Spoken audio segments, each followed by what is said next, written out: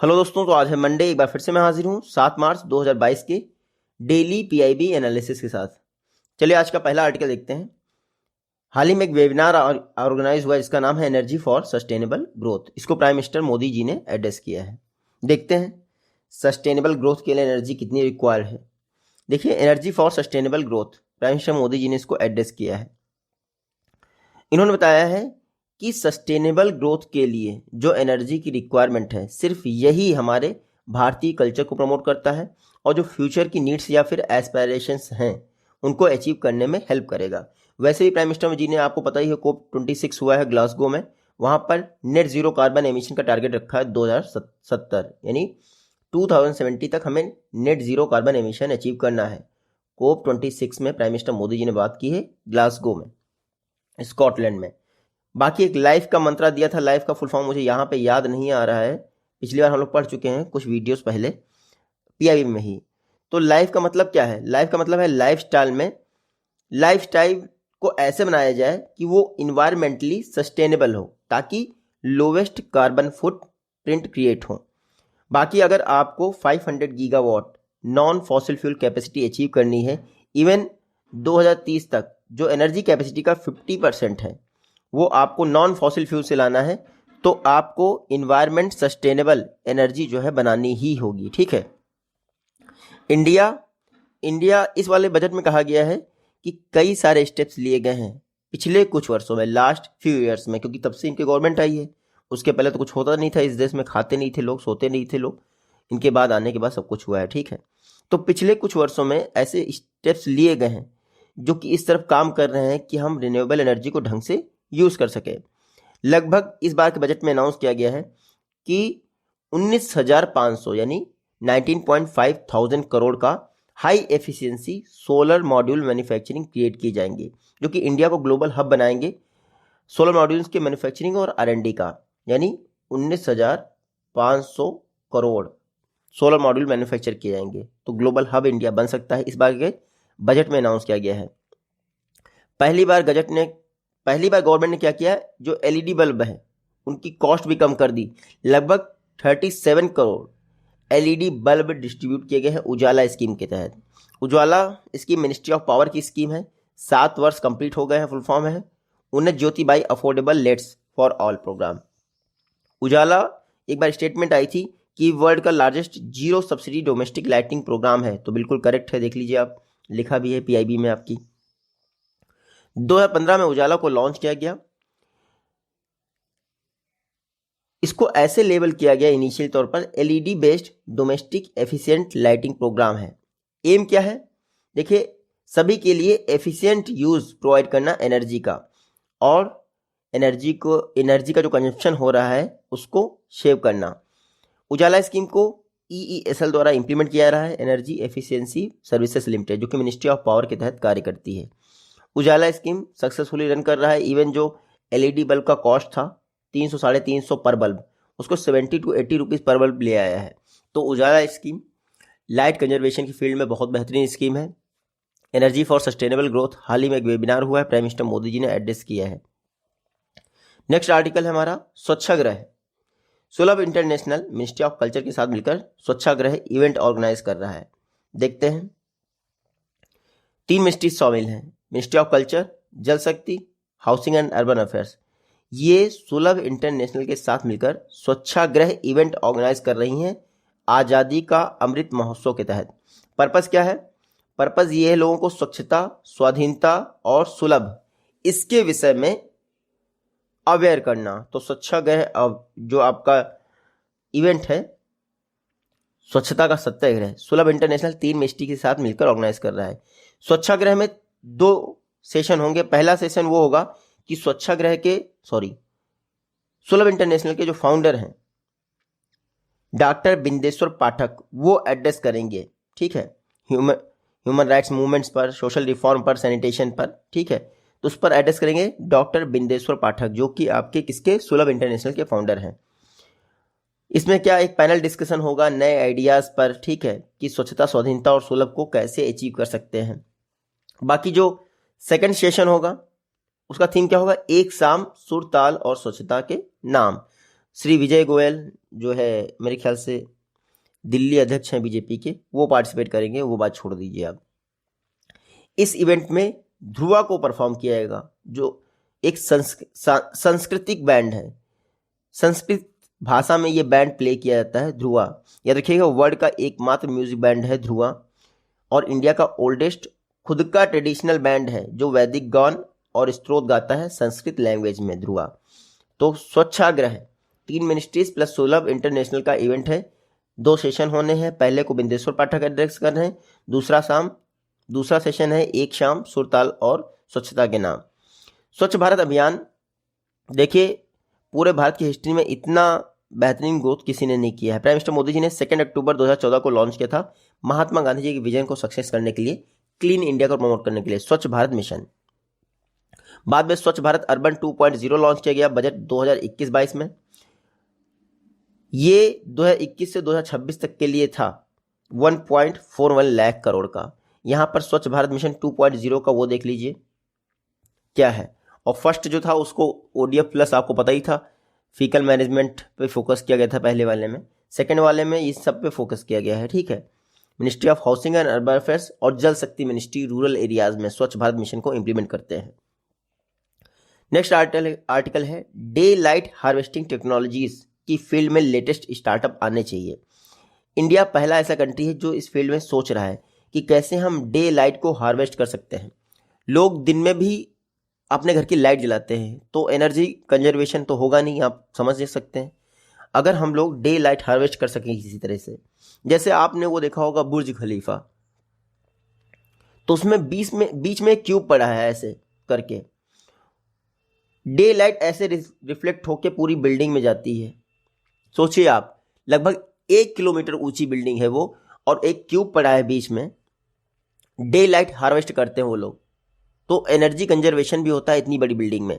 तो डॉक्टर जितेंद्र सिंह जी जो कि ministry of science and technology को देखते हैं, उन्होंने कहा कि ऐसे स्टार्टअप्स आने चाहिए इंडिया में, प्रमोट करना चाहिए जो डे लाइट हार्वेस्टिंग टेक्नोलॉजीज बना रहे हों, जिसकी वजह से हमारा कार्बन फुटप्रिंट कम होता है और बिल्डिंग की एनर्जी एफिशिएंसी इंप्रूव होती है।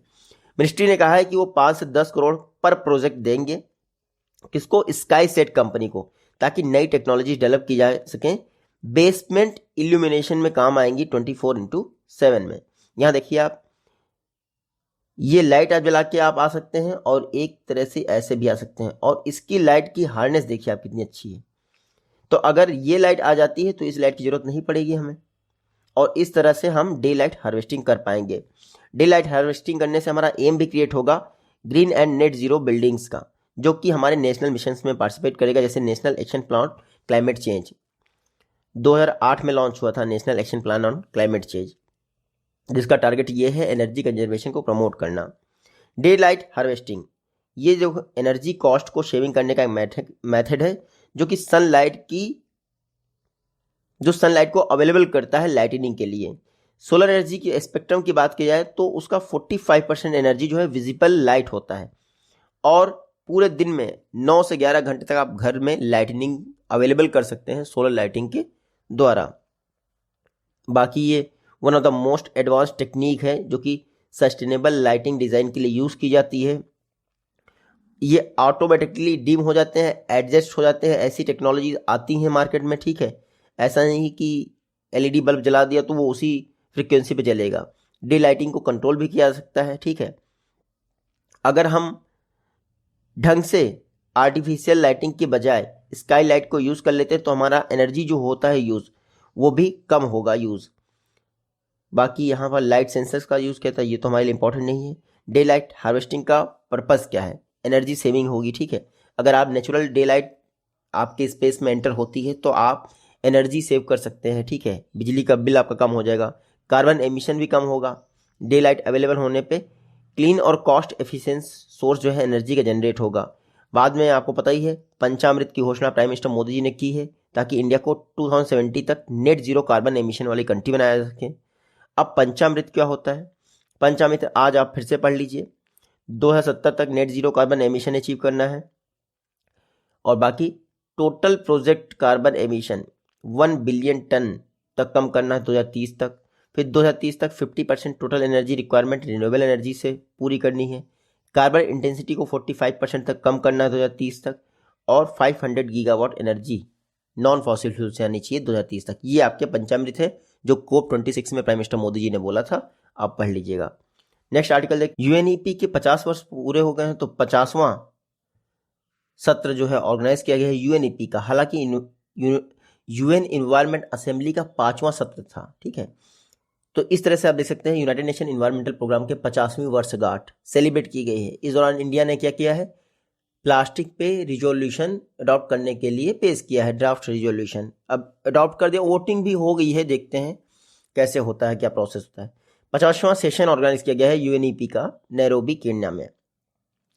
डिस्कस क्या हुआ कि जो इन्वायरमेंटल इश्यूज हैं उनको एड्रेस किया जाए, और जो भी रिजोल्यूशन अडॉप्ट करने हैं मिटिगेशन के, उनको अडॉप्ट किया जाए। देखिए नैरोबी सेशन क्यों हुआ है, ताकि वर्तमान में जो चैलेंजेस हैं इन्वायरमेंट से रिलेटेड उन पर फोकस किया जाए, उनके साथ साथ मिलकर काम किया जा सके। तो एक तरह का इंटरनेशनल कोऑपरेशन प्लेटफॉर्म प्रोवाइड करता है आपका Nairobi session, act for the future, ठीक है। बाकी यूएनईपी एक्टिवली इंगेज्ड है ताकि इन्वायरमेंटल चैलेंजेस से निपटा जा सके। इस बार इंडिया ने क्या किया, इंडिया का फर्म डिटरमिनेशन है किसके लिए, सिंगल यूज प्लास्टिक को बैन करने के लिए। इसलिए 2018 में इंडिया ने होस्ट किया है वर्ल्ड इन्वायरमेंट डे को, और बीट प्लास्टिक पोल्यूशन उस दिन का थीम था, यानी वर्ल्ड इन्वायरमेंट डे 5 जून 2018 का थीम क्या था, बीट प्लास्टिक पोल्यूशन। हाल ही में यूनाइटेड नेशन इन्वायरमेंट असेंबली, इसकी 5वीं सेशन हुआ है, इसका 5वां सेशन हुआ है। यूनाइटेड नेशन इन्वायरमेंट प्रोग्राम की 50वीं वर्षगांठ है, लेकिन UNEA इसकी 5वीं बैठक है, इतना याद रखिएगा, वो पहले भी पढ़ा चुका हूं मैं। यहाँ पर इंटर गवर्नमेंटल नेगोशिएशन कमेटी की स्थापना की बात की गई, और लीगली बाइंडिंग एक ट्रीटी होनी चाहिए प्लास्टिक पोल्यूशन को कर्व करने के लिए, इसका डिस्कशन हुआ। देखिए अगर हमें, इंडिया ने कहा कि अगर हमें 2030 एजेंडा कंप्लीट करना है सस्टेनेबल डेवलपमेंट का, तो हमें ऐसे प्रोजेक्ट में एंगेज होना होगा जो कि सारी कंट्रीज द्वारा अडॉप्ट किया जाए, ठीक है। चाइना के बैन करने से पहले इंडिया 10th लार्जेस्ट इंपोर्टर था प्लास्टिक स्क्रैप का। लगभग 26,000 टन प्लास्टिक वेस्ट हर दिन जनरेट होता है, जिसमें से 56% कलेक्ट किया जाता है। 2018 में एक रिपोर्ट आई थी, उसमें बताया गया कि 1950 से अब तक सिर्फ 9% प्लास्टिक ही रिसाइकिल किया गया है, यानी 91% अनरिसाइकिल्ड है। नेक्स्ट आर्टिकल है geological survey of India sorry, इन्होंने 172nd फाउंडेशन डे मनाया है। हेडक्वार्टर कहाँ है इसका, कोलकाता में है। जियोलॉजी की फील्ड में ये बहुत बड़ा ऑर्गेनाइजेशन है geological survey of India. 172nd foundation day मनाया गया है।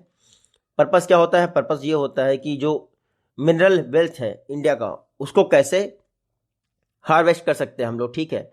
ये हमारे देश में जो मिनरल ब्लॉक्स हैं उनको आइडेंटिफाई करता है, और बाकी उनको एक्सप्लोर करने का टारगेट रखता है कि कैसे उनको एक्सप्लोर किया जा सके। जीएसआई प्राइमरी ऑब्जेक्टिव क्या था पहले, कोल डिपॉजिट्स को खोजना, किसके लिए, रेलवे के लिए। जब जीएसआई की 1851 में स्थापना हुई, तब इसका प्राइमरी ऑब्जेक्टिव था सिर्फ कोल डिपॉजिट्स को खोजना, लेकिन अब सारे मिनरल्स को खोजने का काम जीएसआई करता है। 6 रीजनल ऑफिस हैं, कोलकाता में इसका हेडक्वार्टर है। ग्राउंड सर्वे करवाता है, ठीक है, मरीन सर्वे भी करवाता है, सब कुछ करवाता है जियोलॉजिकल सर्वे ऑफ इंडिया। यहाँ देख लीजिए आप।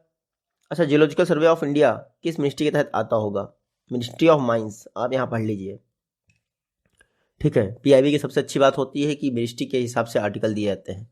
नेक्स्ट आर्टिकल हम देख लेते हैं। इंडियन नेवी ने सक्सेसफुली टेस्ट किया है ब्रह्मोस को। कहाँ से टेस्ट किया है, आईएनएस चेन्नई से।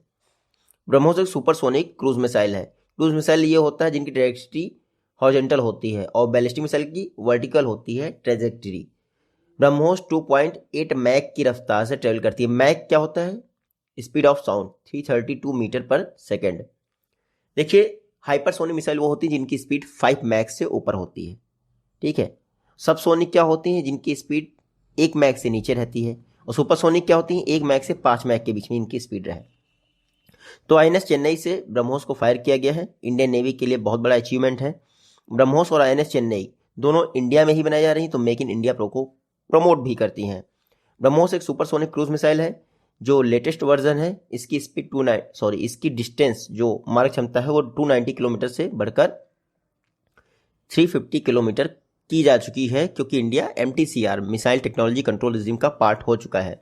INS चेन्नई प्रोजेक्ट 15A के तहत गाइडेड मिसाइल डिस्ट्रॉयर है। ये आप याद रखिए प्रोजेक्ट 15A।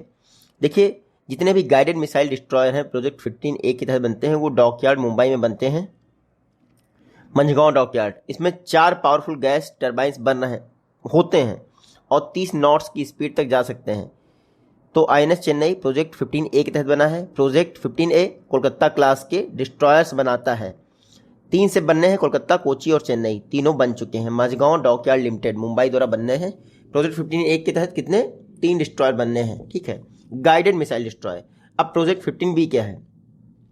विशाखापट्टनम बन चुका है, इसके तहत 4 शिप बनने हैं, ठीक है, मिसाइल डिस्ट्रॉयर, क्या स्टेल्थ गाइडेड, यानी कि 15B के तहत स्टेल्थ गाइडेड बनने हैं और इसके तहत कोलकाता क्लास के बनने हैं और प्रोजेक्ट 15B के तहत विशाखापट्टनम क्लास के बनने हैं। बस इतना ही अंतर है, स्टील्थ गाइडेड डिस्ट्रॉयर बनने हैं। बाकी यहाँ पे देख लिया, यहाँ मंझगांव डॉकयार्ड लिमिटेड से इनको भी बनना है। ये है आपके 4 शिप बनने हैं प्रोजेक्ट 15B के तहत और 15A के तहत 3 शिप बनने हैं। 75 क्या है? वो आपकी सबमरीन से रिलेटेड है, ठीक, परमाणु पनडुब्बियां बनती हैं। स्कूल ऑफ एडवांस मटेरियल बनाया गया है, कहाँ पर? Jawaharlal Nehru centre for advance research, इसमें स्कूल ऑफ एडवांस मटेरियल स्थापित किया गया है। बाकी कुछ खास इसमें पढ़ने की जरूरत नहीं है। Jawaharlal Nehru centre for advance research, वहाँ पर सभी मटेरियल से रिलेटेड रिसर्च एक्टिविटीज को बढ़ावा देने के लिए एक नई बिल्डिंग बनाई गई है, स्कूल ऑफ एडवांस मटेरियल।